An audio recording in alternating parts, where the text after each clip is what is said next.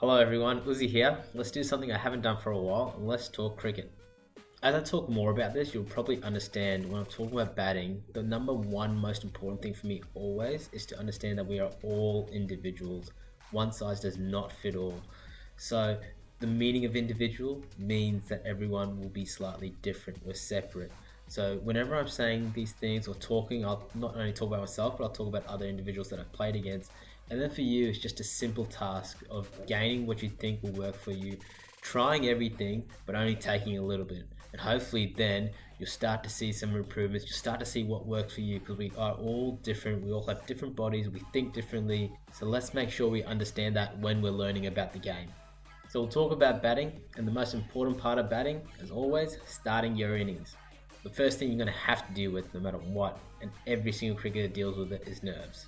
I don't care who you are, everyone gets nervous. It is a very, very normal feeling. Played against some of the best cricketers in the world. Look at Smith, Kohli, De Villiers, Amla, Cook. I promise you, those guys are always nervous when they start playing. It's not to say they're not good cricketers, not to say they're not going to score runs, but nerves are such an important part of the game. Nerves are what give us adrenaline, and adrenaline gives us the opportunity to perform at a high level. That's as simple as that. So nerves are good. The question is how you harness the nerves. Too low, you're probably not going to be in the zone. Too high, you're probably going to crap yourself. Feet won't move, things won't happen. That's the trick, and that's what you need to practice.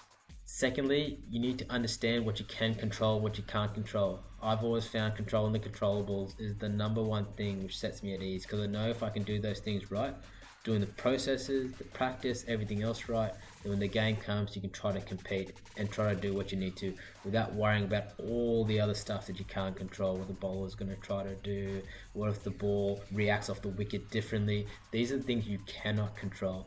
So I found controlling the controllables are a great way of dealing with those nerves. Now you might be asking how to actually practice controlling my nerves. It has to do with a variety of things, and as I said, not everyone's the same. But main key things is you need confidence in your ability of what you're trying to do, what you're trying to succeed.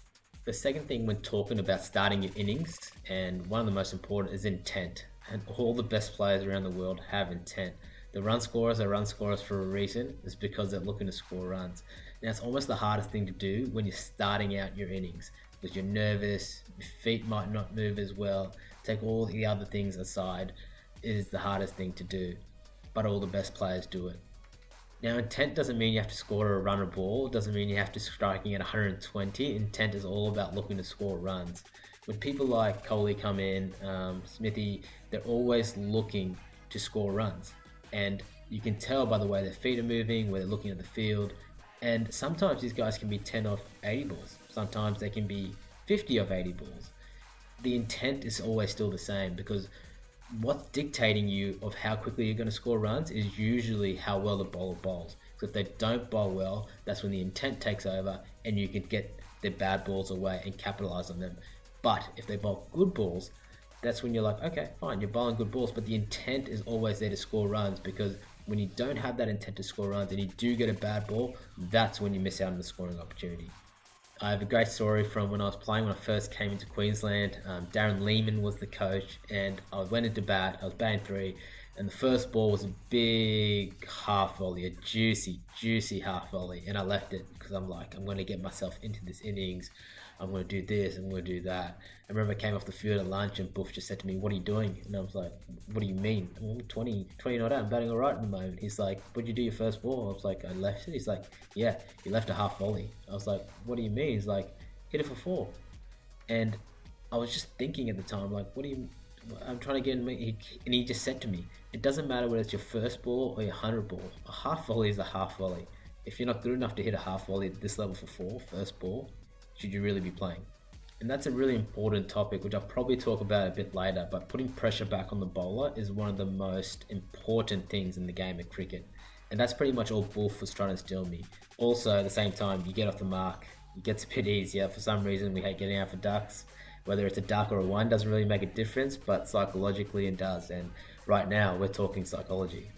The third thing, and probably the most important thing out of all of them, is reading the conditions. Now, When you come into an innings, you can come into a really nice wicket where it's flat, or you can come into a wicket that's doing a little bit more. And that's what you're going to have to figure out. And that comes from experience in the game. If it's a really slow wicket, you might think the driving here is really hard. So I'm really struggling to drive balls unless they are really full. And you might have to wait for short balls because short balls might sit in the deck. If it's a really good wicket, then your margin for driving and everything else just gets a little bit bigger. That is extremely important, probably one of the greatest skills of the game, and batting and starting your innings when you're batting, because no wicket is the same. When you get a really nice wicket, a really flat wicket, it makes your decision making a lot easier. But when the ball's swinging around, when it's getting stuck on the wicket, when it's seaming around, that's when you have to gonna bring all your experience out and what you've learned from the past and what you're trying to do, where you think your scoring opportunities are, where your danger areas are, and then you quickly process these things and try to come up with a plan. And it's the one simple, most effective way of becoming a better cricketer and starting your innings much better. My one tip for trying to get better at starting your innings, especially when it comes to the nets, is every time you go in the nets, every single time you go into the nets, your first 20, 30 balls, practice them like it's your first 20, 30 balls in the game.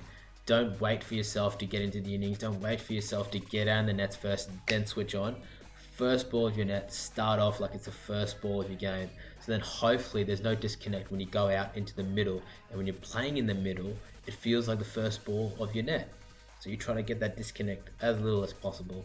So if you're practicing that over and over and over again, you'll naturally get better at dealing with those first 30 balls. If you're an opening batsman, try to do it with a new ball.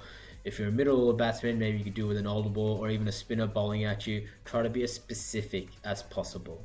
And remember what I said, just because it's your first 30 balls doesn't mean you can't score runs. Always have that intent. Alright guys, those are my tips for how to start your innings and try to get better at starting your innings. If you have any questions, put them down in the comments section.